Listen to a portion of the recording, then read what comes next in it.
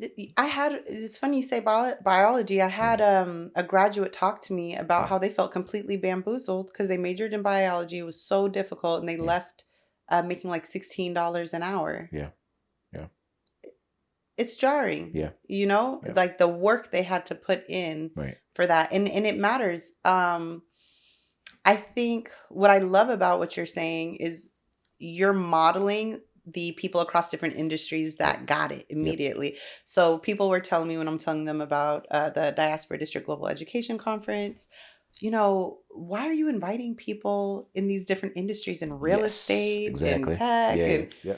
and it's exactly what you said. At the end of the day, there's no one better positioned to discuss what the needs are of the industry now Mm-hmm. and to foreshadow and project what will be needed in 5 years from now because it's Exactly. ever changing.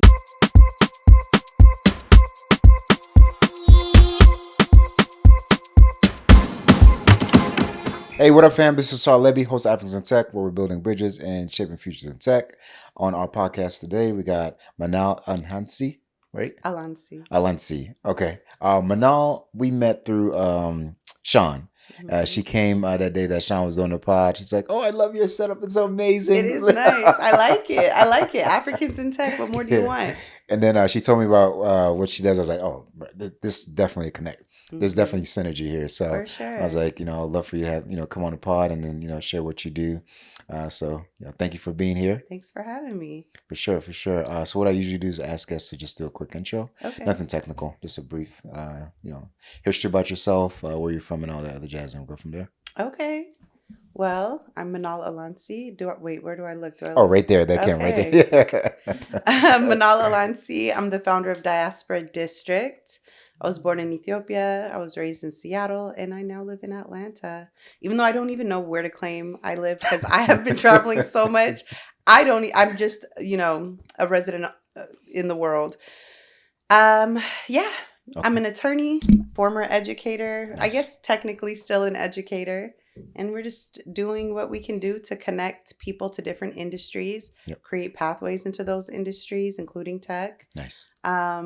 and bring you all across different industries into the education conversation because many times people feel that they don't have an impact on what's happening in society, particularly in the education space, and that's just false. Yeah, So we're going to bring some of you all to the table. Let's talk about education. yeah, that's Hmm. awesome. Where'd you grow up? Was it in Seattle? Yeah, grew up Okay, in Seattle. okay, So okay, different vibes. okay. We're a It's a little, different vibes. yeah, we're Okay, a little chill out there. okay. Yeah. Did your parents? I'm assuming first generation. Um, what's really interesting? When people say first generation, Hmm. I always thought it was like the first generation to be raised here until Yeah, I looked it up and it was like the first generation to be born here. yeah, So I yeah. don't qualify as that. I'm just an immigrant. Okay, that's very true. That's very true. Yeah, that's very true. Yeah, you know? yeah, Yeah. yeah. But my little sister's first Okay, generation. okay. No, that's a really good point. Actually, whenever I ask that question, I Yeah. always think in lines of like that grew up here, but not necessarily born here. So that's actually a Yeah. really good point. Yeah, Yeah. I never yeah, just one day I was like, let me see exactly yeah, what they mean by this. And I was like, oh, yeah. I don't qualify. I've been claiming first generation all through college. I didn't know. Yeah, yeah, that's dope. On in our background, we got Aisha, so she's definitely first generation. So yeah, yeah, that's dope. That's dope. Hmm. Okay.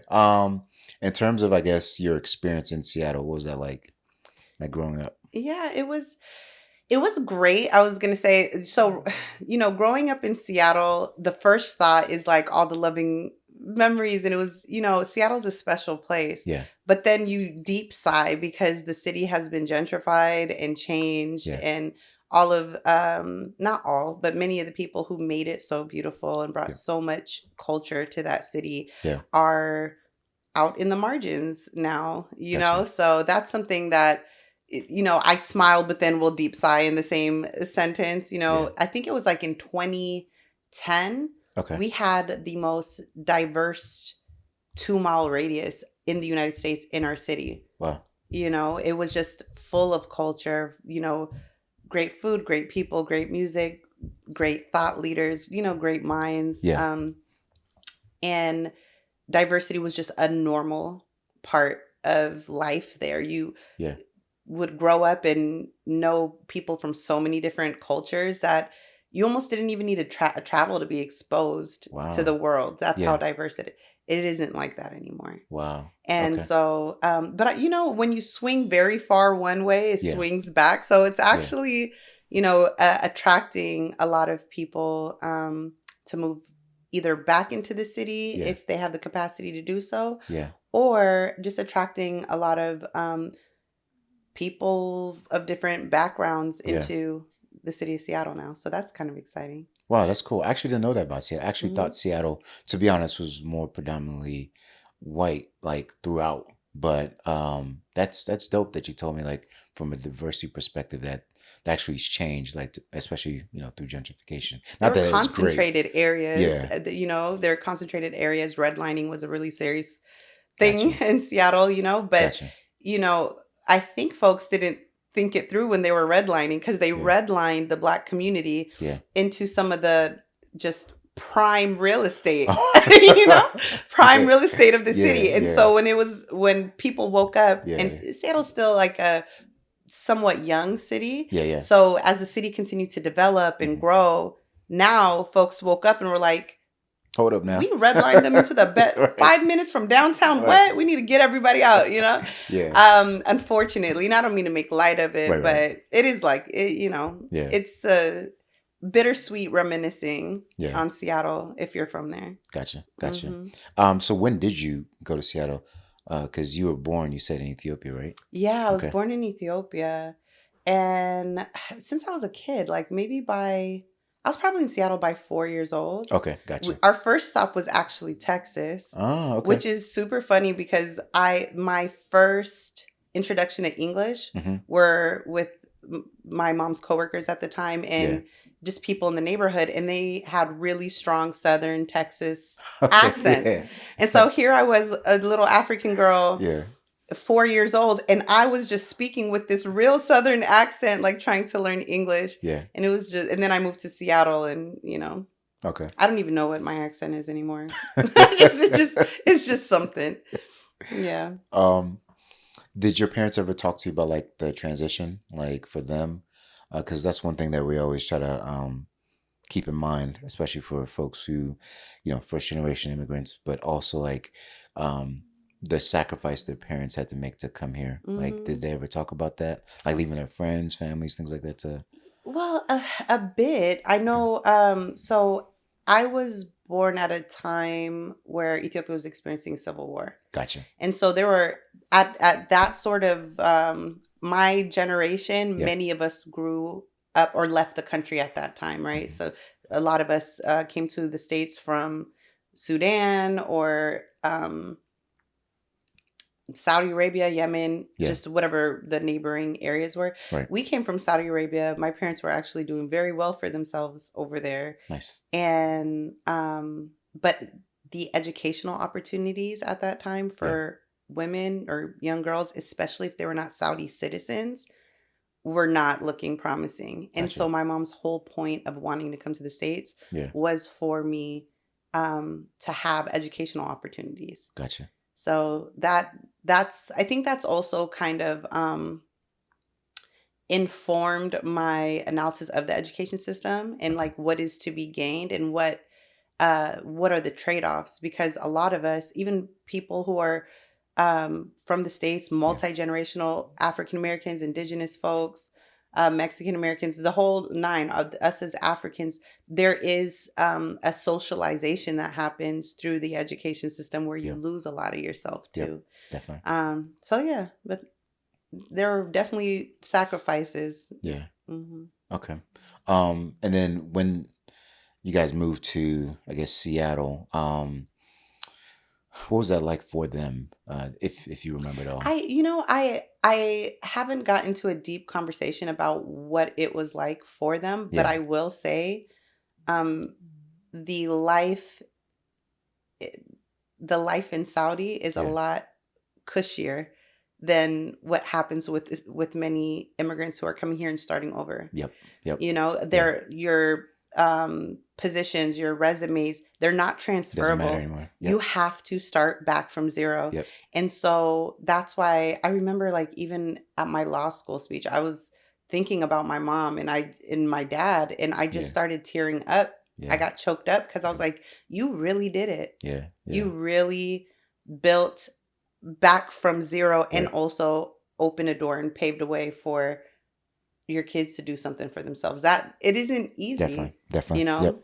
And that's the reason I asked that, because I think a lot of times we forget the sacrifices that parents who move over, like literally leaving everything, and especially parents who've established for themselves like a Mhm. good life, Mhm. good baseline back home, and then you come here, like your credentials, all those other things really doesn't matter too much here. Mhm. At least, that's a different conversation. But Yeah, yeah, yeah. but in that sense that what you've accomplished is now null and void, and you have to start from Start from scratch. Yeah. scratch. And it's Yeah. it's real Yeah, like real scratch, like scratch. real scratch. Yeah. Yeah. Yeah. Yeah. And they just build it brick by brick. I'm so proud of them. They Yeah. both are business owners, entrepreneurs. Okay. One thing African people know how to do is to create a job if you're not going to give What? them one. What? Hmm. So I'm proud of that. They kind of instilled the value of entrepreneurship, Yeah. informed my lens. Even now, when I'm attempting to create sort of bridges Right. for um, s- teens and young leaders, Yeah. to sort of exercise what their life will look like Right. or their plans will look like post graduation. I don't leave out entrepreneurship, Yeah. because if there isn't an opportunity waiting for you on the other end, or Yep. if you don't want to be an entrepreneur and work for an organization, what Yeah. does it look like for you to build your organization? Yeah. Yeah. Yeah. Kind of off topic, but I was looking at the unemployment rates in Sierra Leone. I asked ChatGPT. It was like, Sierra Leone has one of the lowest unemployment rates, blah blah blah. But that's because they were taking, in regard, folks that were like street or market sellers as employed, which is not necessarily trend. It doesn't translate. Because a lot of them don't make money, Mhm. but that's just their ways to kind of make things work for them, because that's all they have is Mhm. like, I gotta go out, whether I'm selling like shoes, sandals, or whether I'm like hustling on the streets on chewing gum, whatever it is. Mhm. That's their way to make kind of ends meet. But to me, that data isn't reflective of like the state of where things are on ground, but that hustle, like that you were Mhm. just talking about. Whatever you got to do to make ends meet, you do what that takes. And I Yeah. think, to me, those are things that we don't talk often about enough, not Mhm. just from the people who are migrating here, but also back home. Is like, how do you survive Mhm. making $1.25 Mhm. per day, or $20 a month, or $30 a month? How do you survive off of that? Yeah. And you know, for many, they don't necessarily survive. It's just you scrape what you can. Mhm. But anyway, we'll talk more You about have me that. thinking about a few things, though, like Okay. all unrelated, but I'm going to unleash my stream of consciousness. Number one, okay? Yeah. You're highlighting how hard it is to make data informed decisions if people are always manipulating data to tell a particular story, Yep. Yep. you know? Yep. Secondly, when people are building these systems, whether it's for workforce development, economic development, educate, they're not thinking about sustainability. It's Hmm. a checkbox. Right. Did you wake up and try to get $1 today? Check, Right. you're employed. Exactly. So then how are you actually going to Right. even support and help? And the third thing you had me thinking about was the importance of grit. Yeah. When you really think about it, all of us, Hmm. what really got us to where we are, Yep. it's the ability to develop a bit of grit about yourself, Hmm. some consistency, some discipline. Yeah. So, social emotional learning is hugely important in school, but why are we not embedding some of these other aspects around emotional and mental health, Yep. and how it can be done so in a way that develops things like grit? Yep. Because it's behind every success story. Yeah. Yeah. Yeah. That's 100% my agree. stream of consciousness. Thank you. I got other things I want to talk about there, but for the sake of the podcast, I won't pivot too much. Okay, but let's talk about, like, I guess your um, childhood a little bit more. Hmm. So you have one brother, right? I have an older brother and a younger sister. Okay, okay. Hmm. What was like your experience with them, like in Seattle? It's been great. Yeah. The one thing that I think has helped me in relationship building is the fact that staying close to my siblings Yeah. and that being a sort of family value that was instilled in me made it easy for me to know how to connect with people with different personalities. All three of us are completely different. In what way? So I'm probably, let me think. My sister is very analytical and Okay. she's like reserved, and she likes structure, Okay. you know, and she's super funny and just like beautiful. I love her. Yeah. I'm a little bit of a loose cannon, you know. I see Really? something, yeah, I just, you know, in that, like, I Okay. don't need everything to be in place. Okay. So Okay. I might jump and she's like, hold on, let's think about this, and that first. Got you. And I'm like, I thought about him. I did. And Yeah. she's like, let's think more, you know? Yeah. So we're different in that way, but we're also really good for each other in that way. Okay.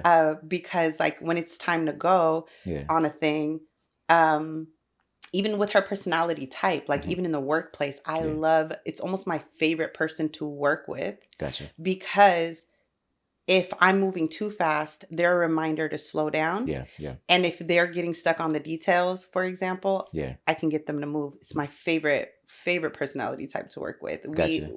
lead to success every time. That's awesome. My brother is grounded. Okay. Like, you know what I mean? Yeah. So, if a whole bunch of things are feeling chaotic, he can make them feel simple. And for me, I'm different in that I will notice all the chaos. I'm still moving forward, but I'm like, Yeah. it's like a What about haunted this? house. Yeah. Oh my Yeah. God, Yeah. Yeah. Yeah. did you see it? And he's just Yeah. like, calm down. Yeah. You're good. You Yeah. know? Okay. So we all three have different qualities. But I've gotten to meet through this siblinghood, Yeah. these different personalities, and realizing how people who view the world differently, who move differently than me, Yeah. are actually really good for me to be around. And I Yeah. don't need to change myself either. I Right. might Yeah. have something to offer Yeah. them as well. So interesting. I've never actually thought about this before this question. I Yeah. don't think anyone's asked me about my siblings since Yeah. ever. Yeah. But I think knowing how to live with the people in your house Mhm. and seeing how their differences actually benefit you, Yep. and how you can always learn from them, and you Right. have something to offer. It also teaches you how to be in community, Definitely. and then teaches you how to be in a workplace, and then Definitely. teaches you how to be like a global community member as Yeah. well. And that's literally what I was leading to, like from a workplace standpoint, because Okay, there you go. different, yeah, Okay, bunch of I was different just like, personalities. I was like, you want to know about my siblings now? Yeah. Yeah. It's coping with different personalities, especially within the home, because a lot of times we grow up in like pretty large families, right? Hmm. And a lot of us have different personalities within the family system, but Yeah, you're able to kind of cope and see yeah, how different personalities kind of interrelate and sort of make the whole family work, yeah, similar to a workplace. yeah. Exactly. And it's like also, it makes you less rigid Right. because you actually understand, depending on the circumstance and Yep. the context, Yep. whatever their power is and their leadership and their perspective Yeah. is what should be invoked here. It teaches you how to fall back. Definitely. Especially with my personality, Yeah. I need that. You know what I mean? I need that. I need to be able, I try Yeah. to do big things in every aspect of my life. Gotcha. And because of that, I need to know who the right partners are. Yeah. I need to know what type of energies to have around me. Yeah. And I need to know who will spot blind spots that I don't. Yeah. Yeah. Going after big things doesn't mean you're perfect, right? Right. Yeah. No one is. Definitely. And the more you can assess your shortcomings, Hmm. the more you're able to identify the assets in other people. So Right. even the things I like described about my siblings, I don't have those same qualities. Yeah. Maybe to an extent, like Yeah. percentage wise, but they're better at me than certain things. Right. And that doesn't bother me. Right. When Yeah. I'm at the workplace, I'm actually known for building dream teams. Right. It's like a thing over time. Yeah. And when I really assess it, it's because I assess myself first Yeah. as the leader Yep. of that team. Yep. Okay. What am I where do I light up? What am I really good at? What am I excited about? What am I highly effective about? Right. And where do I kind of lose steam? Yep. Yeah. Yeah. Out of 1 to 10, I'm a 10 in these areas. I'm a 6 in that area. Right. A 3 in that area. Who's a 10 in those areas, and how can I bring them on my team? Yeah. No, And that's now I have a awesome. dream team. That's awesome. Yeah, I think everybody I've talked to that's been successful, whether from entrepreneurs to I've had a doctor, Afrobeats guy, athlete, of course, all techies. Um, One of the biggest skill sets that I try to assess is your ability to do introspection, like what can I offer, and then also where are my areas of weakness, and who can cover those areas of weaknesses, and being just be transparent about that. It's Yeah. okay. Like you don't know everything, and that's Yeah. fine. Like not to tie your self-worth Right. to, Being perfection perfect or at everything. yeah, Yeah. no. Yeah. It Yeah. that's where humility is actually a strategy. Yeah.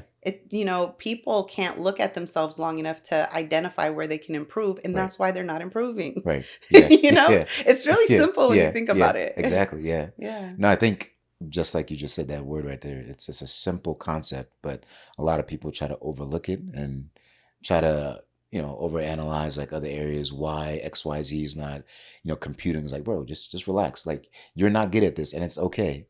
Yeah. But this person is. Hmm. Why don't you enlist the aid of XYZ persons, and then this is how you can be a better individual, better team, Hmm.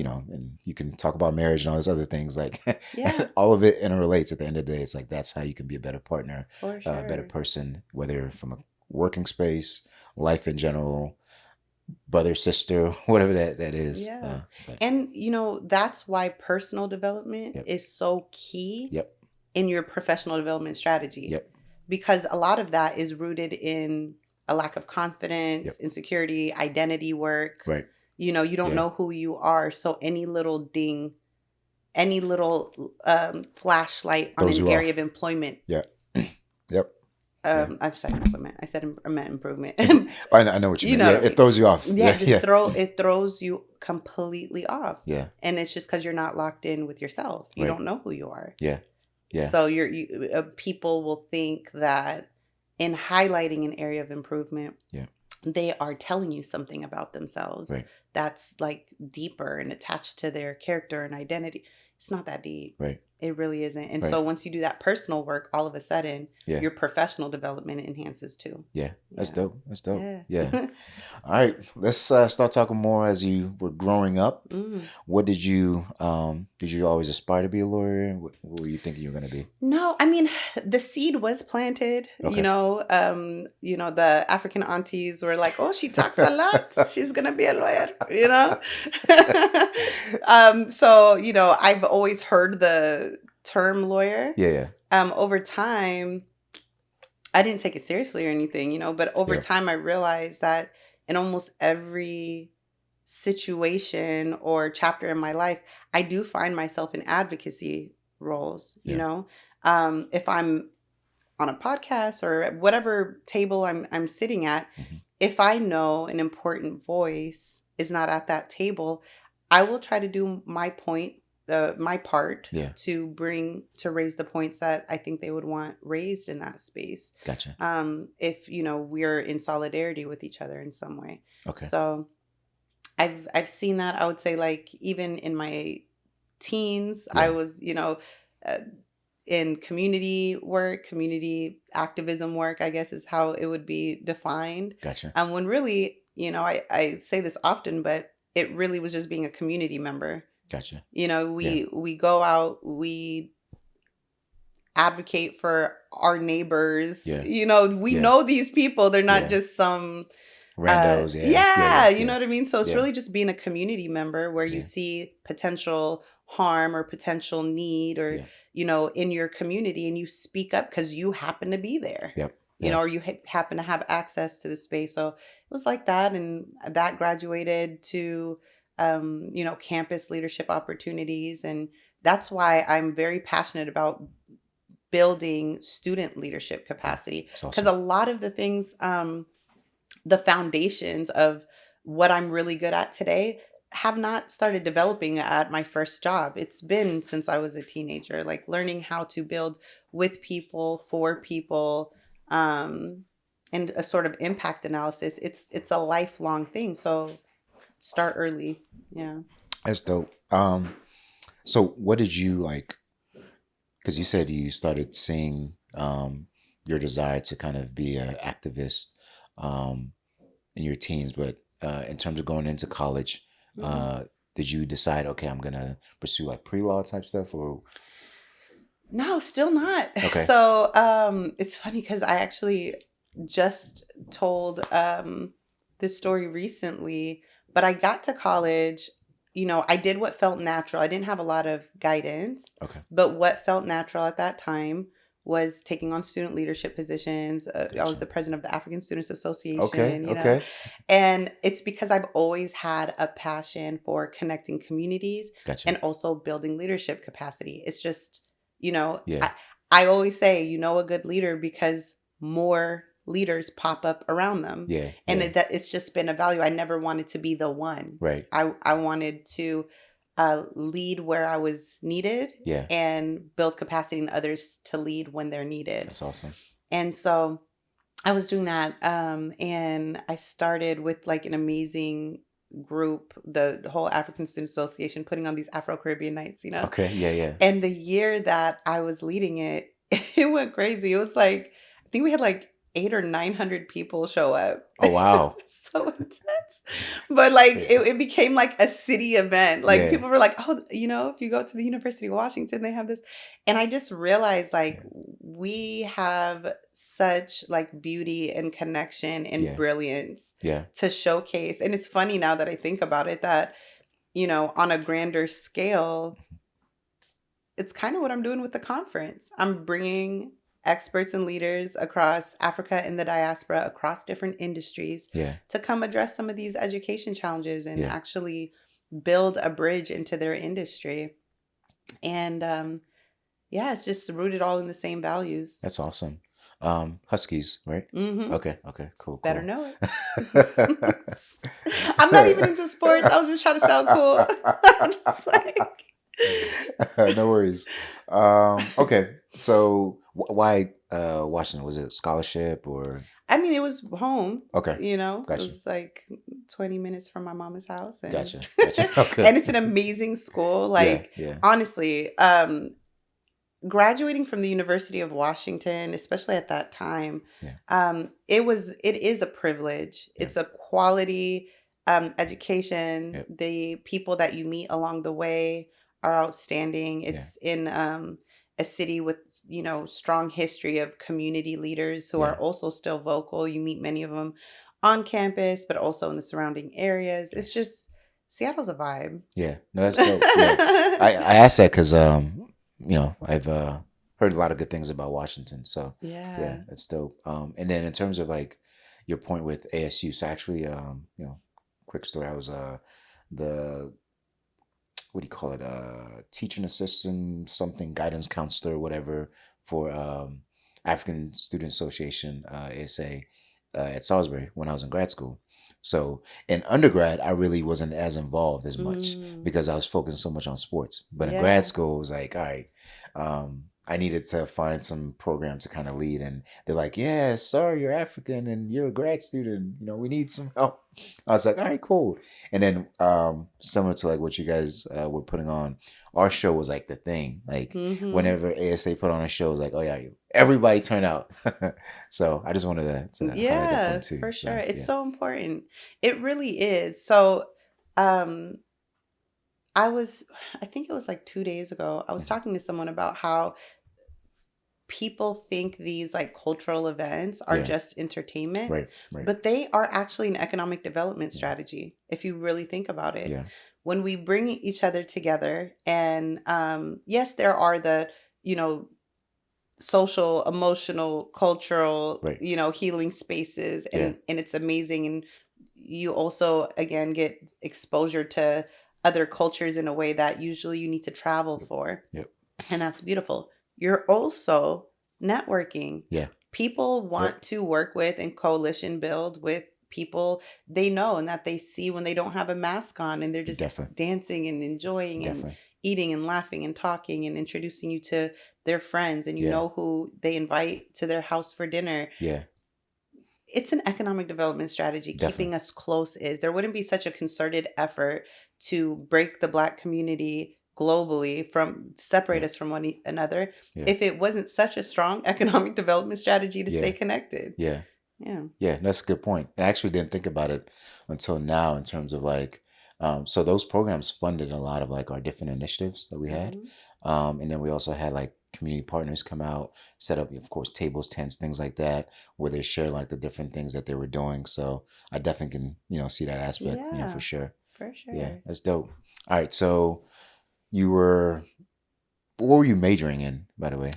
So, oh, I must have went off. So that was the story that I was referencing that I completely forgot about. But I recently told the story that the advice I got when I went to the University of Washington Yeah. was from another student. At that time, I didn't even know what a major was. I thought I'm like a year and a half in, Yeah. okay? Yeah. It's sad to say, but it just lets you know, Yeah. so some things get missed. Yeah. Yeah. I'm a year and a half in, people are declaring their major. Hmm. And I was like, what do you mean a major? How do I choose a major? I thought I just take the classes and then Right. do well and Yeah. graduate. I Something wasn't Yeah. connecting. And they're like, no, you need to declare a major Right. and then, finish up those sort of that curriculum pathway. Hmm. I said, I don't know how to choose a major. I don't know. I Yeah. haven't thought about, because my mind naturally goes to, well, let me jump to what career I want Yeah. and then I'll backwards planning. And I didn't pick a career yet. So I'm panicking. They say, you know what, let me connect you with an upperclassman. Thank you. That would be great. Yeah. They connect me with this young woman who I genuinely think had good intentions, Yeah. but she had a very different lived experience than me. Yeah. And just a completely different worldview. Person of color? No. No, Okay. she So she that's what I was. was she was Yeah. a white girl from Seattle, Yeah. Okay. Yeah. and she also had different socioeconomic background, and Gotcha. just there were too much of her like intersectional identities Right. did not match anything on mine, Yeah. Yeah. and unfortunately your identities can shape your experience in the Yeah. society Definitely. that we live in. So Yeah. she had a different worldview. She had good intentions, but she told me, you just take a couple classes, find one that you're interested in, and then you choose a major based on what you're interested in. Yeah. Like what interests you while you're in class. Yeah. And I was like, oh, okay. All right. Yeah, that's fine. I mean, I took a sociology class. That was great. Yeah. And that's how she advised me to choose my major. That's crazy. I think, right? That's crazy. Yeah. This is supposed to lead to something Mhm. for me. And I'm already This is like my starting. life. This is, That's crazy. you Take a know, couple classes. just take a couple classes, just pick your This is major like my based on like life. what was Right. interested. And I was like, oh Bro. my God. Yeah. So I ended up choosing that. It isn't until I chose sociology. It wasn't until the following year Mhm. where they were offering some like career counseling, where I said, well, okay, I majored in sociology. What are my options upon graduation? Yeah. And they only told me two options, which also, again, because we're not centering entrepreneurship and things like that, Yeah. it's misinformation that they're offering. But they told me you can be a social worker or a counselor, like a Okay. guidance counselor. I Gotcha. was like, I don't want to be that. Why'd you guys let me major in this? I don't want that. Yeah. It wasn't for me. I already knew that's not what I Right. didn't know what I saw for myself. I knew it wasn't that. Gotcha. And so, since then, I always told people, like, for your longevity, Mhm. find something that you're passionate about and that you're interested. But depending on your background, you need to also consider what will set you up for professional success, Yep. economic success after graduation, Yep. because you may not have the privilege of not needing. You may not have the privilege of not needing to consider that. Right. Right. Yep. So my advice has been completely different due to my lived experience. And again, I genuinely feel like she meant well, but it was the worst advice I ever got Yeah. academically. But that also informs why we need to be talking to each other. If Yep. someone wants to get into tech, they need to be speaking to you. Right. If they want to get into law, they should be speaking to me. Yeah. Especially if we have similar lived experiences, because Yep. you may have experienced something similar to them and can help them navigate that. Right. And it's just sorry to cut you off. Were you going to add No. something? Mm-mm. I think even in those fields, things shift. Like with AI, for instance, how Yes. it's shifted a lot of things within tech. So a lot of the traditional things that used to be done, whether from a software engineering standpoint or cybersecurity, like AI is shifting a lot of those things. But if you don't talk to individuals actually in the workforce that do this, like you're going to be just doing the same old cookie cutter stuff, and then you're going to Exactly. be one of many in terms of a number. And I think that to me why it's important to actually have, like you said, perspective based upon Yep. who you are. Somebody has the same background because you don't have that option. Like, all right, well, I just graduated. I don't have a job. I'll just go Hmm. and stay with my parents and just not do anything. Like, no, Hmm. like, and I'm just using a name here. Susie may have that option, Hmm. but Not Susie.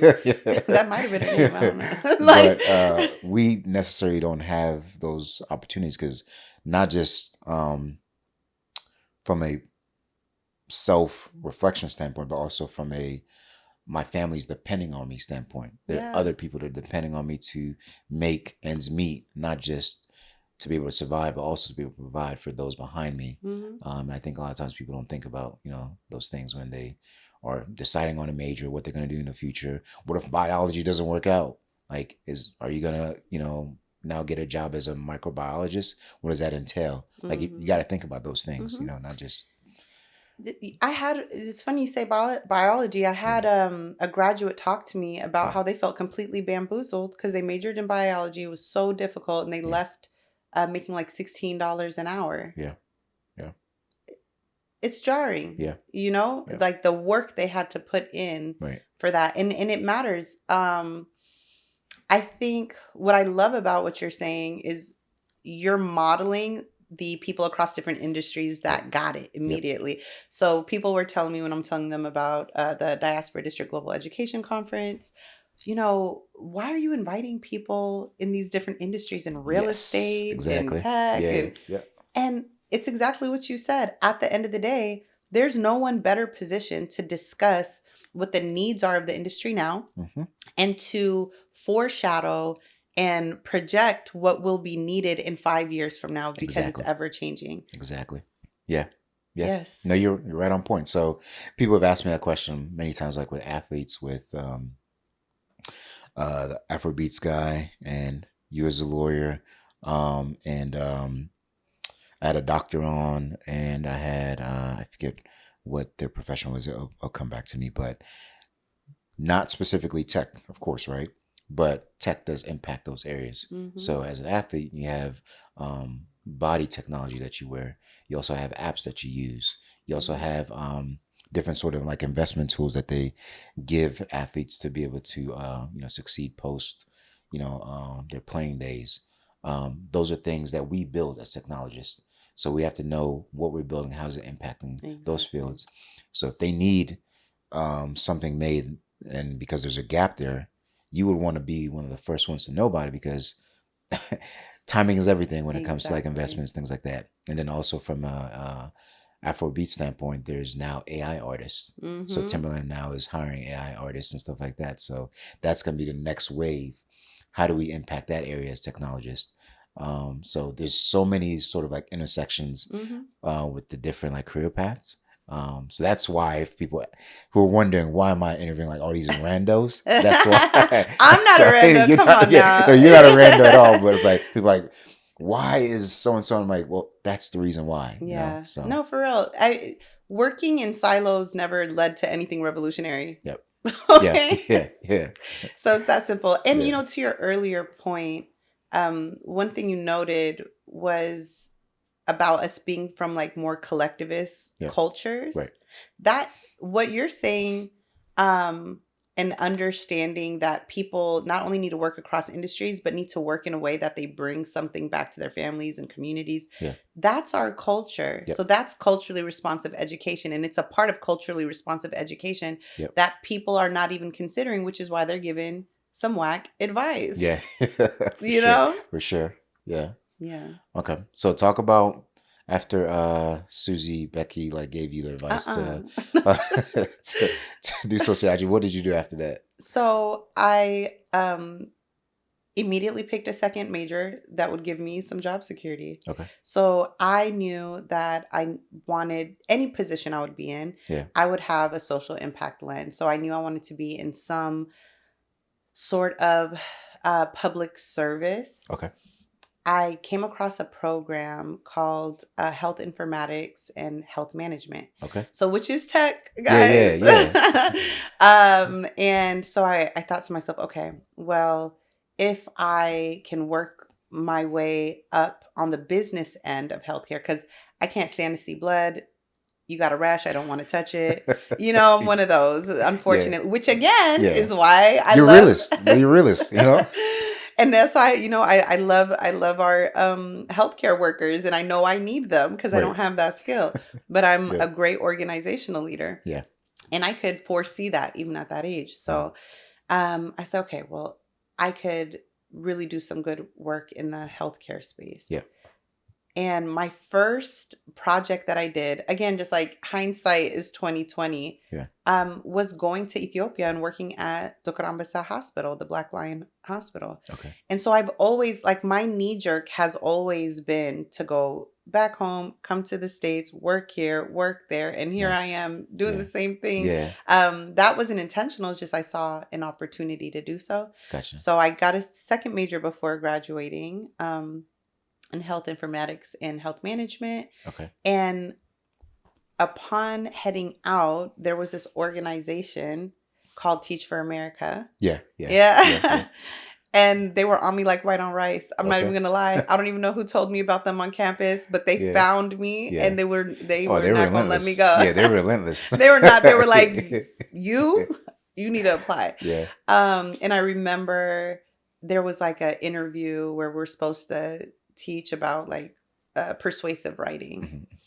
And I went up there, and the funny thing is, I didn't know if I wanted to be an educator. Yeah. But I knew that it was a great opportunity, and it probably could lead to things that were outside of like my consciousness at the time.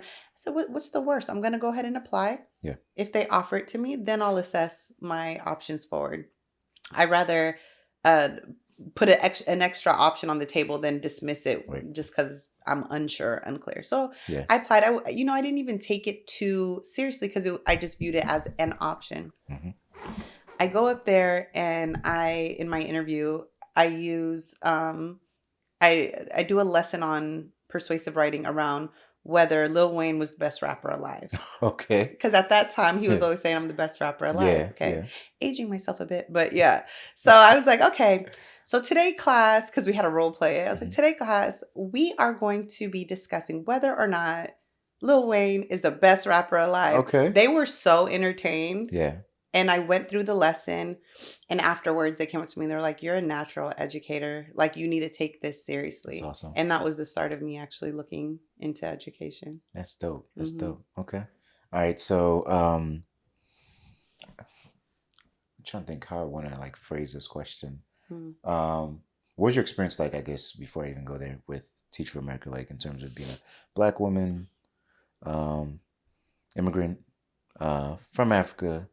You're working for this program that I won't necessarily say, because I've had my views on Teach for America Mhm. through not just like my experience not working there, but also being recruited, I guess, Mm. but then also individuals who work there as well. It's, you learn a lot, but there's also a lot of expectations and a lot of like assumptions about what to do and how certain things are done Mhm. with certain populations. But what was your experience like? Because I don't want to project. No, I want to hear your experience too. We're gonna Yeah. talk. Okay. So my experience is that like in the first couple months, there's the boot camp, Yeah. right? So Yeah. you did Teach for America. No. So I Okay. got asked to do it right after military because I was in the reserve. So I asked if I got asked if I wanted to join, and I asked about the whole structure and all that other jazz. Mm. And then they made some assumptions about like where I would want to go, things. I'm like, Mm. no, who told you these things? But Mm. that was my experience. My friends, Amy and a few others who've been part of the program said that a lot of things in terms of like the curriculums and some things that the way that they laid it out, it just wasn't conducive to the individuals that they were being taught. Mm-hmm, mm-hmm, So that was, um, it wasn't necessarily shocking, but it was like for the people who run the programs, mm, it didn't shock me because like, if you're not there on a, you know, consistent basis, I can see how you can make those assumptions about how to teach certain things and mm-hmm. from a cultural implication, how that's just it doesn't make sense. So that was like my, I guess, what's the word? Secondary smoker type experience. I Yeah, don't know yeah, what it's called, but yeah, basically like my secondary experience through others' lived experiences. But I wanted to hear your yeah. thoughts on it though. So I'll lead with I have mixed reviews. Okay. Okay. So but I'll lead with what I really liked, which I thought was a universal TFA Okay. experience, but it isn't apparently. Okay. When we got in, I didn't have an education background, so we go through the summer boot camp. It was so intense. Okay. It was so intense and they played no games. I mean, we had to wake up early in the morning and go through our training, lesson plan for ourselves. Like people were staying up well into the night, Yeah. redrafting and redrafting lesson plans, like to the point where by the end of the summer, you were going to know how to write your own lesson plan. Forget Gotcha. an established curriculum Yeah. for you. You knew how to lesson plan and you knew how to make it responsive to the kids in your classroom. Gotcha. It was so intense. Like people were lacking sleep because they would review it Okay. and bounce it back if it wasn't good enough. It wasn't, there was nothing laid back about the process. Gotcha. So, and I stuck to it as hard as it was because I viewed it as them truly valuing the students. You got to be careful with them. I need to hurry up and catch up to the level of educator they deserve. And that's Gotcha. how I perceived it, right? Okay. I later found out, so shout out to TFA Metro Atlanta because there are people in other cities that were like, that was not my experience. I was like, Yeah. they played no games with us. Yeah. They were strict, and just expected a level of excellence. That's good. That said, um, I think it is such a beautiful thing when you recruit the right people. Yeah. Not everyone with the right credentials on paper need to be around our kids, Yeah. straight up. Yep. So it was great when, I and some other people that I met in TFA Right. were in the classroom, particularly because we didn't need to learn to love the kids or we didn't need to learn to see their greatness. Right. There's a book called We Dare Say Love. And I think it's really profound because when I was getting through that book, I realized people actually have to learn to see the child in a Yeah. Black child. That's crazy. Yeah. That But sounds it's insane. true, Yeah. right? So when you're recruiting people that you don't have to teach to love the demographic they're serving, whether they're Black, Latin American, indigenous, whatever community that they're Right. serving, Yep. you're better off because they're serving their own, children of their community. Right. You know what I mean? Yeah. And that's great.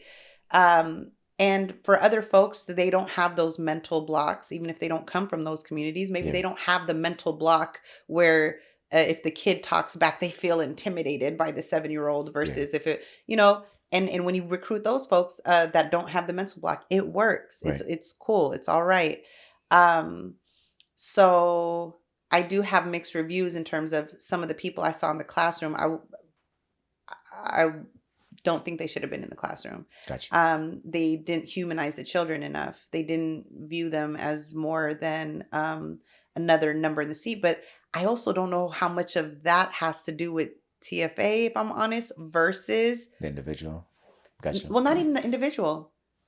How adults deal with our kids. Like there Oh, are okay. educators that never went through TFA that I also look at like calm down. It's a Yeah. child. Yeah.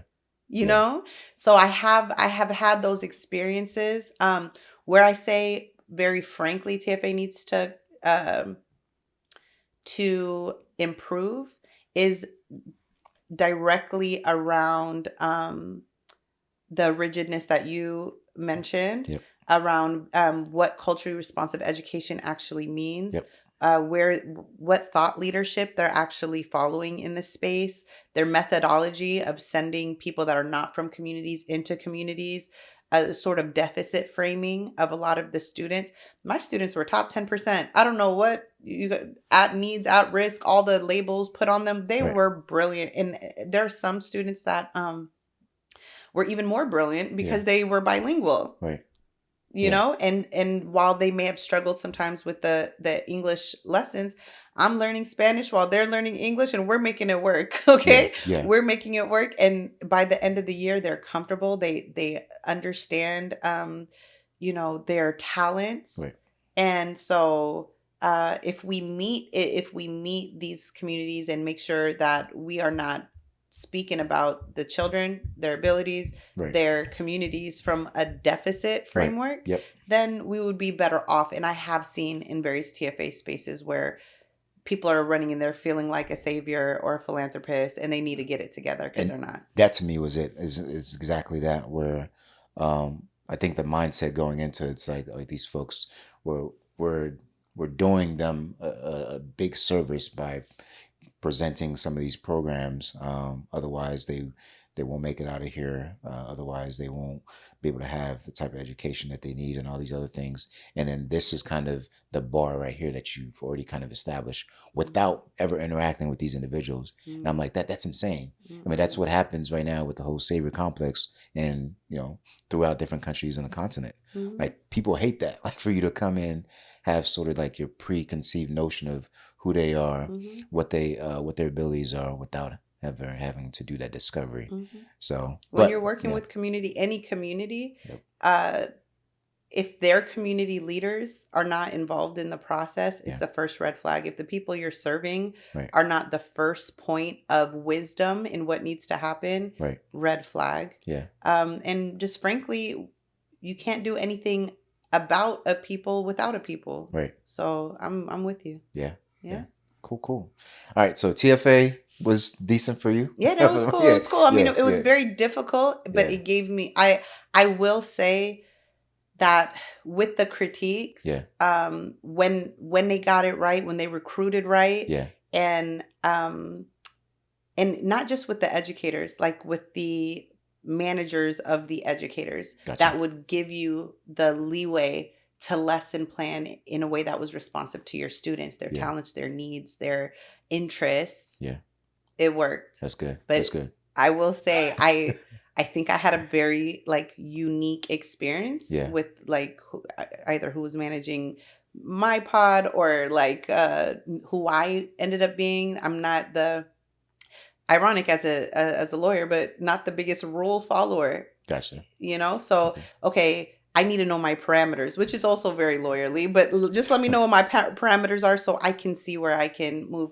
I Yeah, rarely just copied and pasted a lesson plan. I yeah. created lesson plans, That's and it good. was as I got to know my kids. Yeah, I knew what they like. I knew what they would lock in with. I knew what makes them bored, and I would just scrap that yeah, activity, you yeah, know? yeah, So, so when it works, it works.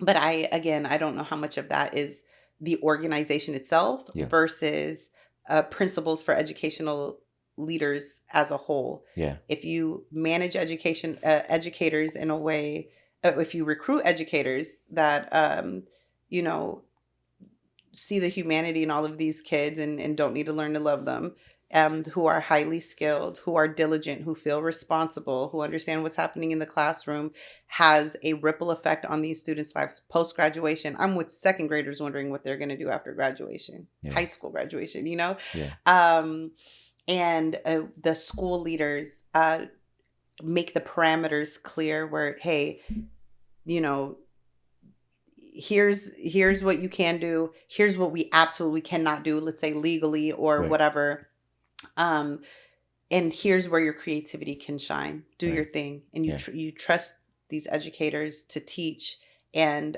be culturally responsive and individually responsive to the needs of the kids. It will work whether you're with an organization or not. yeah. So That's dope. You watched the show Suits? Have you watched it? I've seen it before a couple Okay, years ago. okay. Um, the point I was going to make is that I think the best lawyers, from my opinion, are the ones that are able to read, of course, um, all the guidelines, policies, and whatnot, and then be able to figure out what works best for their constituents in between the lines. And I think Hmm. to me, as That's an what I'm here educator, today. you learn that early Yeah, on. That's exactly. literally what you learned early on, and Hmm. then translates to how you're able to be, such a good lawyer. So that's dope. Yeah. So I want Thank to you. commend you on that. Yeah. Thanks. So when did you decide to go to law school? So I, being very impact focused, Hmm. I realized that I would have more opportunities to maximize my efforts and my impact Hmm. from outside of the classroom Okay. because a lot of those constraints, again, I don't like to be, Yeah. Yeah. I like Yeah. to just be free. Yeah. Um, I realized that they came from way higher than the classroom. A lot of the constraints we had came from the state. We're federal Right. regulations and things like that. Yeah. And so, or just policy, different policy at the district level. Yeah. So I thought to myself, okay, I need to build my capacity in that area so I can inform what's happening there. Yeah. So the next educator maybe doesn't have so many constraints. Gotcha. Gotcha. Yeah. Okay. So what year was this that you decided? I This? went to law school in 2013. Okay. Okay. Yeah. Cool. Cool. And then was I it went back to Washington? Seattle. Yeah, I Okay. went back I was about to home. ask. Okay. Yeah, I went to Seattle U Law. Okay. Okay. Hmm. How'd you like it? It was cool. It Okay. was, I kind of, to be honest with you, almost every experience you ask me, it could be chaotic. Listen, it can be actually crazy, but in Yeah. retrospect, I'm always like, yeah, it was a, Yeah. okay, experience. Why I'm learning as I go. Gotcha. I don't view every pitfall and every hardship as Yeah. doom in the end of time. Determined. Yeah. Yeah. Yeah. It keeps life exciting, Right. so it was extremely difficult. Yeah. The bar exam almost took me out. Okay. Clean out. I wouldn't even be here, just a skeleton just sitting here. Like, but I survived it. I'm serious. I survived it. I Yeah. thrived. Okay. So it was good. It was a good experience, That's awesome. Once you graduated, was well, I'm assuming you did like internships and stuff throughout. Yeah. Okay. Is that a thing in law school that you Yeah, have to you do? have to. Well, Okay. you don't, I guess you technically don't have to, Okay. but if you want to set yourself up for success, you want to start one, like developing some skills along the way, Yeah. developing those relationships, but also your resume. Yeah. So you have some sort of track record in that industry. Gotcha. So you're not going to, a law firm or even a client if you're going to be a solo practitioner Right. and your last professional experience was a classroom educator. You need to Yeah. instill some confidence. Gotcha. Yeah. Gotcha. What did you do like I guess throughout law school, and then what was your first gig I guess after you graduated? Oh, so okay, a few things. I actually went to law school genuinely thinking I was going to strictly get into education law, like in a Yeah. little bucket. Maybe I would deviate into criminal law because my inner advocate was and is very um irritated and just disheartened by the prison industrial complex, right? Gotcha. So I was going to go that route. But what's the saying? When you make plans, God laughs. Have you heard that? Or something like that. I'm probably saying it wrong, but Maybe. something like that. So pretty much the doors that were opening and like the direction in which my life kept taking me Gotcha.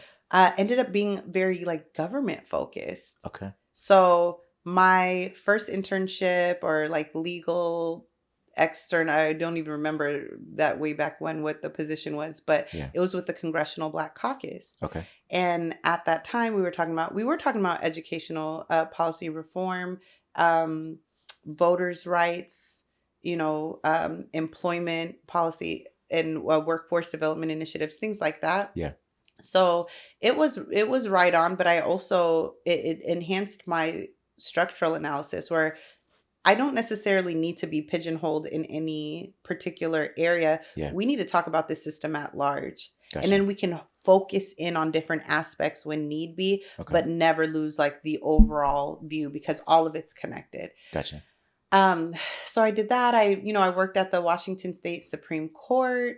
That too gave me a lot of exposure into many different cases, touching different legal matters. That was great. How long were the stints for? Was it like 6 months or? Something like that. Okay, gotcha. Yeah. Okay. I don't. I don't remember. You're taking me all the way back from my siblings to my Yeah. first internships to my goodness. We I walking through I that was life already, circle, yeah. huh? Okay. But yeah, it was very valuable though, and Okay. it opened my eyes to maybe needing to be more open about my Gotcha. pathway forward. That has really, from deciding to pivot and go to Yeah. TFA out instead of like health informatics, Gotcha.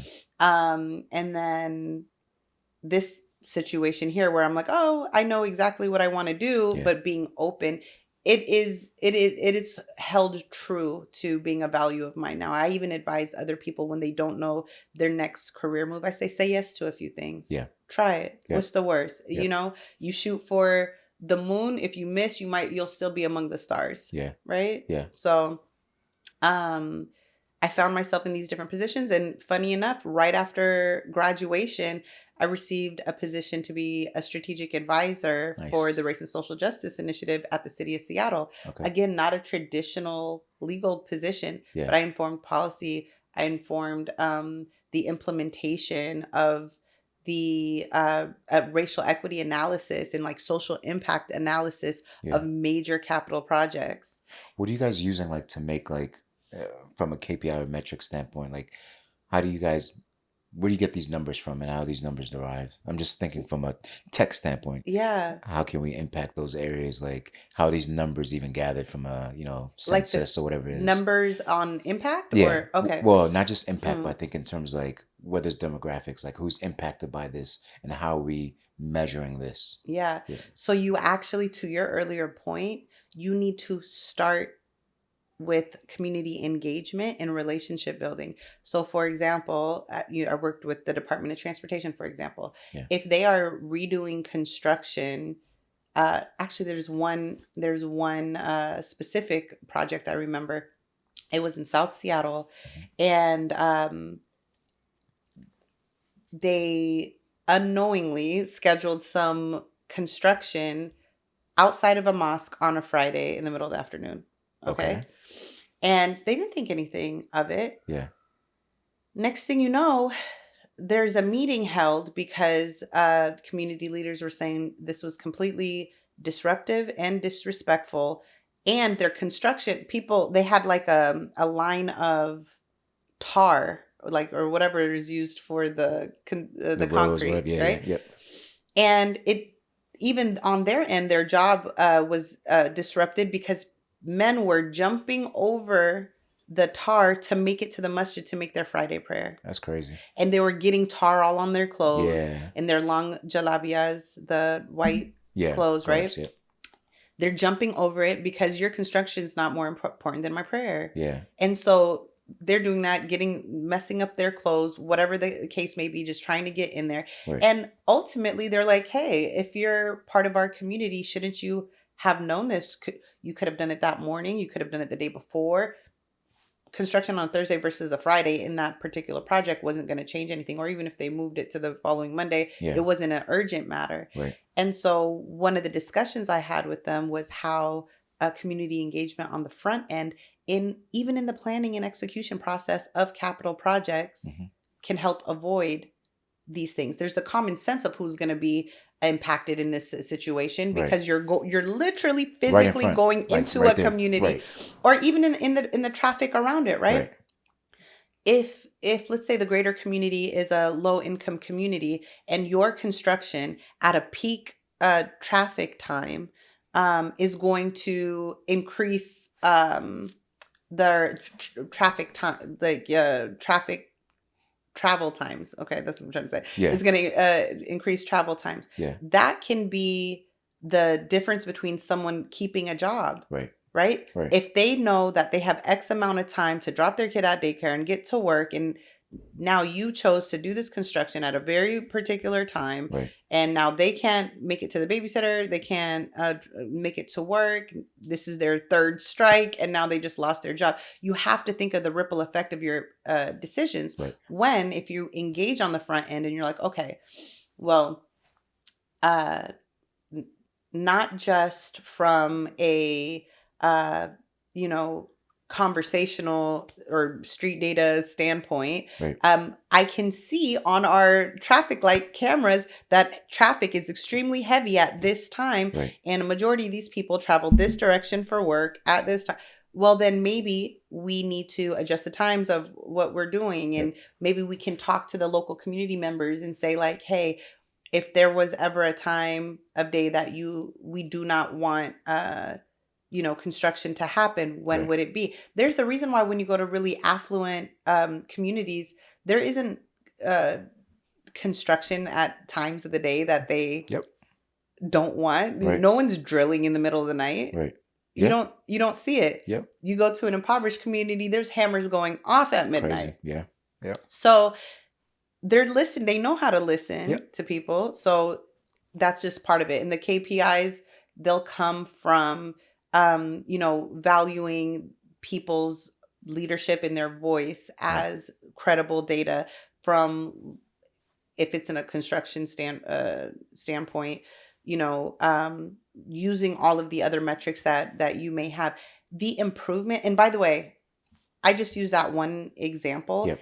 The level of like consciousness and improvement that has come out of that department, and I'm not even crediting myself, I'm just crediting the department as a whole. Yeah. Seattle Department of Transportation is one of the most, at least I obviously haven't worked there in years, but by the time I left there, Yeah. they are one of the most like responsive and engaged departments, especially around their planning and capital projects. That's awesome. They actually embedded the racial equity analysis into their project management plans. That's So awesome. they don't even really start projects until they go to the communities, they figure out what's happening, what the needs are, what the risks are. Yeah. That, at least that was the last time I was there, was 20 maybe 19 or something like that. Gotcha. They've done amazing. So I that one story, I don't want it to reflect negatively, but I will say that was such a lesson learned. And I didn't bring up that story. It actually was one of the managers on a construction project that was like, we messed up, we got to do better, this is what Gotcha. happened. Yeah. So Yeah. that's what we need organizational leaders to do. That's awesome. Yeah. I'm just thinking even like data that feeds like decisions behind that, or data that feeds the decision making around those things. Like what do they, how do they capture that? And then also from making like informed decisions, like now with the onset of AI, I mean, you can literally give it a nice little prompt, scope and everything, metrics behind it, feed it from traffic data using that same example, and feeding around like different sort of like individuals, businesses, communities that will be impacted. You can feed it all that data, and it can give you a good responsive answer based upon what you can and what you can't do based on times and stuff like that. Now, this of course goes back into like AI and like what's the word that people are using nowadays? Not ethics, but like biases, like AI biases, like what you feed into the data in terms of training it and all that other jazz, it's gonna be essentially what it's gonna be able to read out. So you got to be responsible how you're training some of your LLMs, and I think for us in the continent, which we'll get into in a little bit, that's going to be really important, because what we're feeding into these different LLMs, it has to matter contextually where we're at. Like you can't feed it garbage about stuff that's in Dallas or Atlanta, and try to apply those same principles in Freetown or in Johannesburg. It's like, bro, what are you doing? Like, Exactly. So Yeah. I think what you're saying there matters, not just from a Seattle DOT perspective, but also how do we now implement these same sort of like structures when we're thinking about utilizing AI in Africa. So Yeah. Absolutely. I mean, there are all of these like data point considerations that particularly learning from history. Yeah. Yep. So, all right, what has went wrong historically, or what have been the unintended consequences Right. of whatever it is, X, Y, and Z? Right. And now that you know that, how do you plan to mitigate that or eliminate that risk completely? Yeah. You have to be willing to do something differently, and Yep. also be real with yourself as an organization. If you've completely dismissed it and said, well, Yep. it'll make me more money not to care, well, Right. then you did that, Right. Yep. you Own up know? to it. Yeah. Just like you said, whoever the individual was, or individuals that realize, oh yeah, we screwed up. Like, Yeah. just own up to it. Just own up to it, Right. and do better. Yeah. Yeah. That's just what it is. But people are forgetting that they're just like real life implications Yep. of our decisions. Yep. That is why, even outside of the legal space, I do so much leadership development consulting, Yeah. and why it's really important to build leadership capacity. We can build any system, any AI, any technology. If you don't have the proper leadership Yep. to build it well, not Right. just checkbox, but build it well, Yep. consider the social impact and ramifications on real human beings, Yeah. and also lead it in a way where it can sustainably grow and Yeah. do some good, then what's the point of doing it in the first place? Right. Is it just a project? Yeah. Yeah. Or So funds, or whatever it is. So, but yeah, not completely get what you're saying. mhm. Okay, so we're now pivoting into diasporic connect. Like, where did that come about, and when did you decide, all right, I want to, like, literally Mhm. be in Africa? Mhm. Where did that come from? Well, I think it's always been there. Yeah. You're making me realize it more and more through this conversation, because I don't even remember the last time I actually sat down and went through memory lane the way you got me going through it. But I think it's just always been there. Yeah. One of the blessings in being an immigrant is that you never bought the myth that America was it. Yep. Yep. You always knew there was a whole other world out there. And I'm Hmm. not saying folks don't realize that or don't know that, Yeah. but I think it's just very real when you feel a connection to different places in the world. 100. Now all of a sudden you have a sense of belonging in other places in the Right. world. And I think that's why it's also very the sort of Pan-African ideology and understanding us as a global community is really important, because Yep. now um, you have community in Brazil, you have Yep. community in Jamaica, you have community in Ethiopia and Nigeria Yes. and Ghana and Louisiana and LA and California, Yeah. Um, our tagline in Diaspora District is everywhere we are. Yeah. Yeah. So, I love that. Yeah.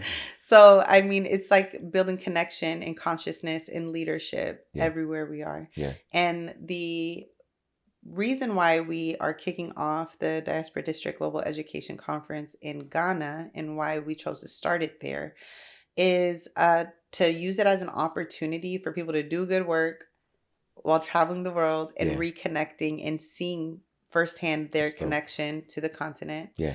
Um, as an Ethiopian, I wanted to model that when we do show up in each other's micro communities, Yeah. that you go just as hard there as you Yep. would and wherever you were born. Yeah. If I went back to Ethiopia and kicked this off, it would kind of be common sense. Oh, she was born there, she came Right. back. Yeah. No, you're going to see me go hard in Ghana, and then you're Yeah. going to see me go hard in Atlanta, and then you're Yeah. going to see me go hard. And why? Because all of those kids are ours, and all Yeah. of those young adults are our community members, Yeah. and all of the experts and leaders we're bringing together are brilliant, no matter where we end up or where we Love show that. up from. So that was a big part of it. And so we are going to be bringing, as I mentioned earlier, experts and leaders across Africa and the diaspora from Yeah. different industries, of course, including educational leaders, to just start talking about these challenges in education and workforce development. Yeah. Like, let's work together and actually make some things move. Yeah. Yeah. Yeah. No, that's awesome. Pushback wise, what pushback have you received, if any, while building this? Both from, like, I guess, diasporan community, and then also I think from, of course, local, and then also I guess from, if at all, your profession. Yeah. I would say, okay, so three things that come to mind. One, I keep getting the question, like, why Africa, why Ghana? So, I'd have to go into that. I also am really intentional about amplifying where the brilliance is coming from and who's on stage. Yeah. anyone can be in the audience, Right. but I'm being very careful about who's on stage Right. because, as I often say, behind every big brand is a brilliant black mind. We're Right. just buried. Yeah. So let's uncover some of that and realize, like, so many of the good things that have happened in this world, That's awesome. it's one of our minds behind it. Yep. And so, and not just the, diaspora. It's the leaders in Africa, the experts in Africa. Right. So it's an opportunity to bring us together, to learn from each other, to connect with each other, to network with each other, and also just build personal relationships Yeah. with each other in that space. I think another pushback I received was the cross industry aspect. Okay. I'm a structural thinker. Yeah.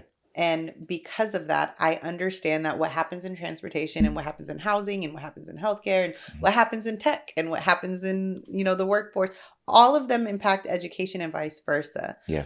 Education has always historically been used as a tool to reach certain social outcomes. Yeah. If we don't like those outcomes, now we need to think about what are the social outcomes we want to see, Right. and how can we use the education system as a tool to get us there. Right.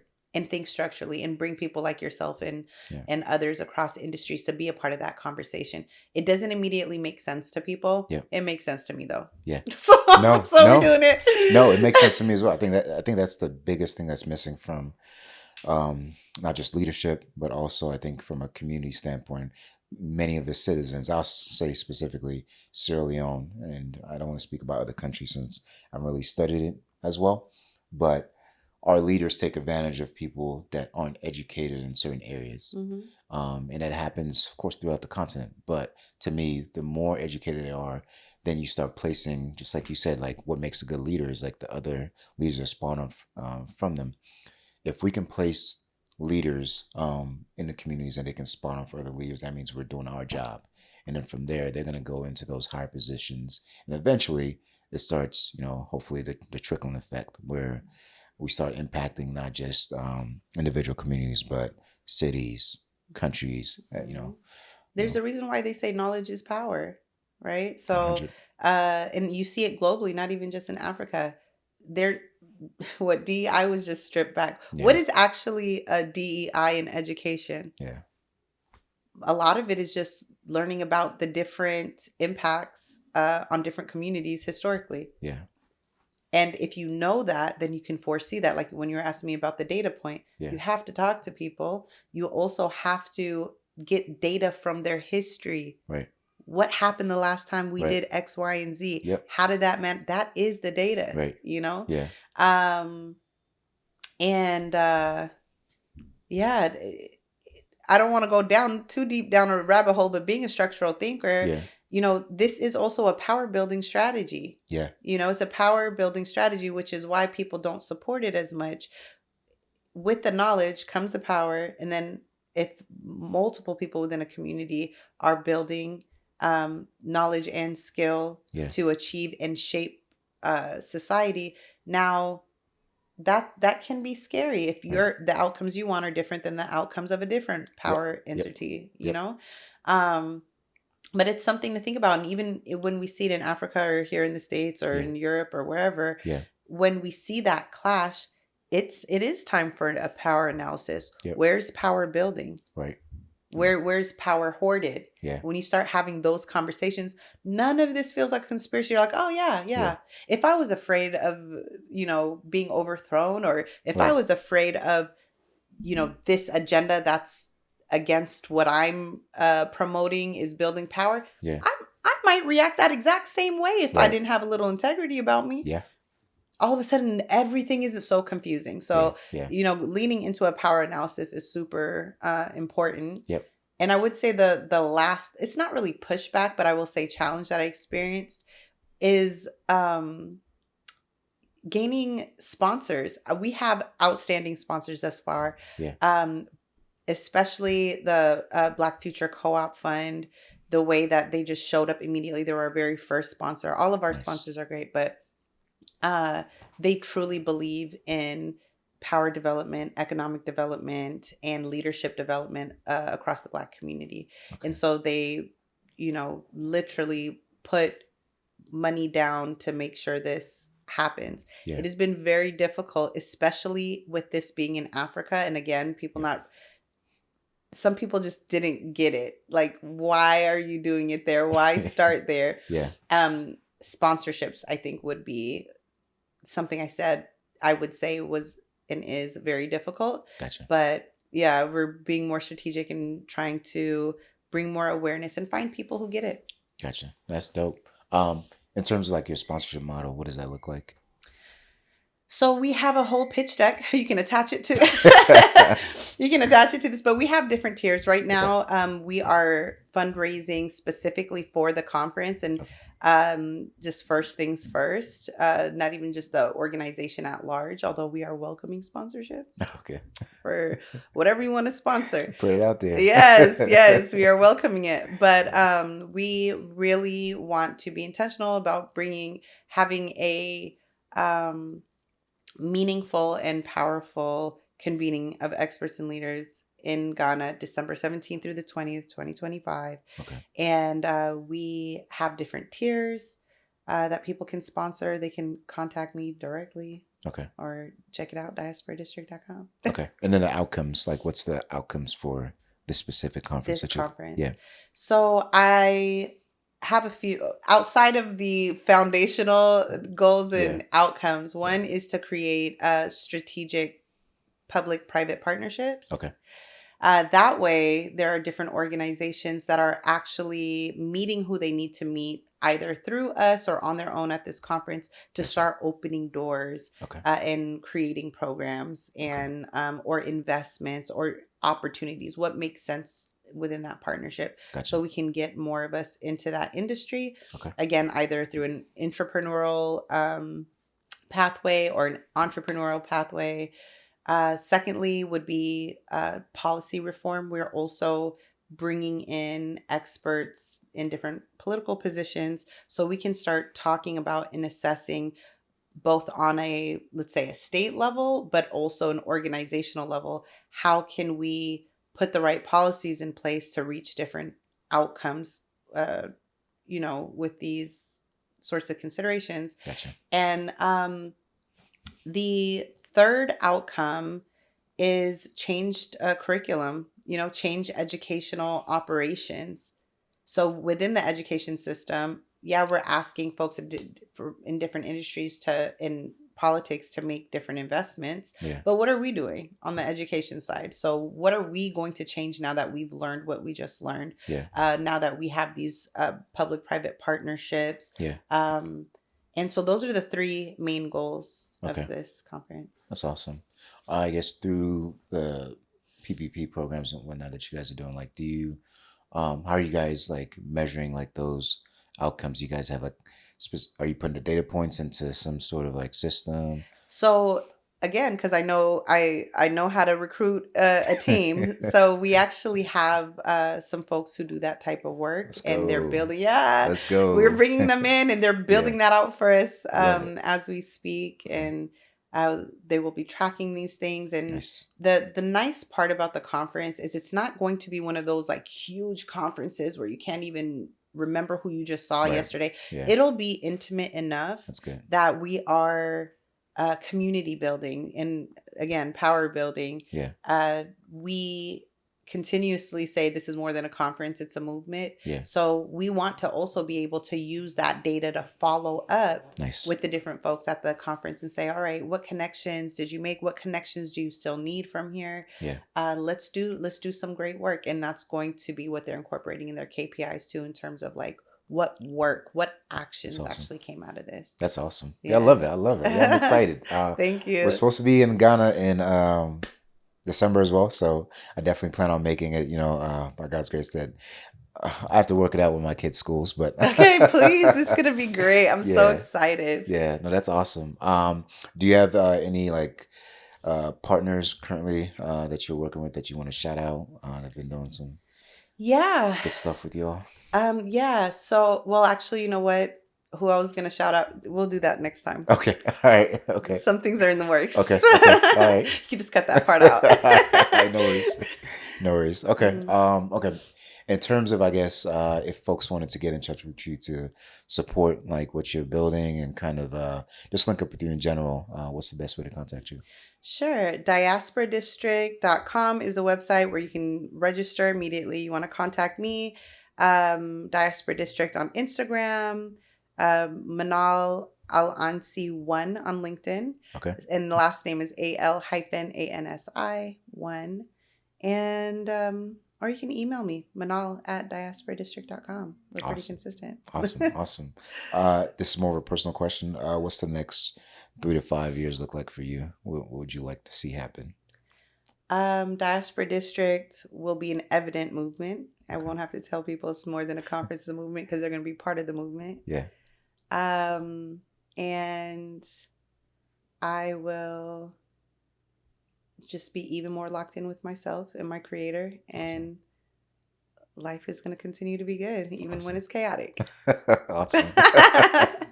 Cool, Thank you cool. so much. Yeah, no, thank you. Do you have any plans to do anything like within the US post the summer? Yeah. Okay. So, Diaspora District, there's so many things. I have to watch how I say things because there's so many Okay. things in the works right now. Gotcha. Gotcha. But Okay. I will say, save the date, July 25th, 2026. Okay. Diaspora District has launched Global Diaspora Day. Okay. And it will be in Atlanta, Let's Georgia. go. We are, Okay. yes, we are so excited. We have Nice. a lot of local folks who are very excited as Okay. well. We here. I'm gonna circle back Yeah, and yeah, everything I'm holding back, I'm yeah. letting loose on the camera next time. I just don't want to, speak too soon. Yeah. But please save the dates. This is the Global Diaspora Day initiative that we're launching at Diaspora District. It is very powerful. We are working with different governments across the world, across the states. It's awesome. It's going to be worthwhile. And I believe we are going to have a summit of sorts the day before on the 24th. Okay. This is very unbaked, but what is baked is that July 25th. Okay. Mark it on your calendars. We need to celebrate together Awesome. as a global Black community. Yeah, that's dope. Yeah, no, I'm excited. Part of like the whole Africans in Tech piece, and we've had a lot of folks, not just who are African, also Pan-Africanists in general. I think as Black community, the way that you put it, it's perfectly, suitable because we may be from different parts of the world, but at the end of the day, like a lot of us struggle. Our struggles are very similar, and we faced a lot of the same challenges. I think there's a home for you for those who are interested in going back and building. So whether that's in Africa, which is where our focus is, or whether, as you mentioned, Brazil, or whether it's somewhere in the Caribbeans, America's not the end all be all. Mm-hmm. There's room for you out there. So our hope is to kind of make those connections and love what you're doing there. So Thank yeah, you. Thank yeah. you. And we do share a lot of similar challenges, but we also are very similar in that our the type of creativity, the type 100. of brilliance, the type of building, the Mhm. type of innovation that Yeah. comes out of our Yep. communities Yep. globally Yep. is next level. So just Yeah. imagine if we meet with each other Yeah. consistently and we start thinking through Yep. some of those challenges together. And so Definitely. that's Yeah. what I'm excited about. Yeah. Same here. Same here. Yeah. No, this was dope. This was a good episode. I love Thank you. this. I Yeah. Yeah. appreciate you guys. Yeah. So if you didn't catch Manal's connections, let me know on africansintechnology@gmail.com, africansintechnology@gmail.com. But we should have all of our information, whether it's on Spotify, TikTok, YouTube, Instagram. We'll have our information down there. But again, if you need to hit us up for any reason, africansintechnology@gmail.com. My name is Lebbie. This is Africans in Tech, where we're building bridges and shaping futures in tech. All right, fam.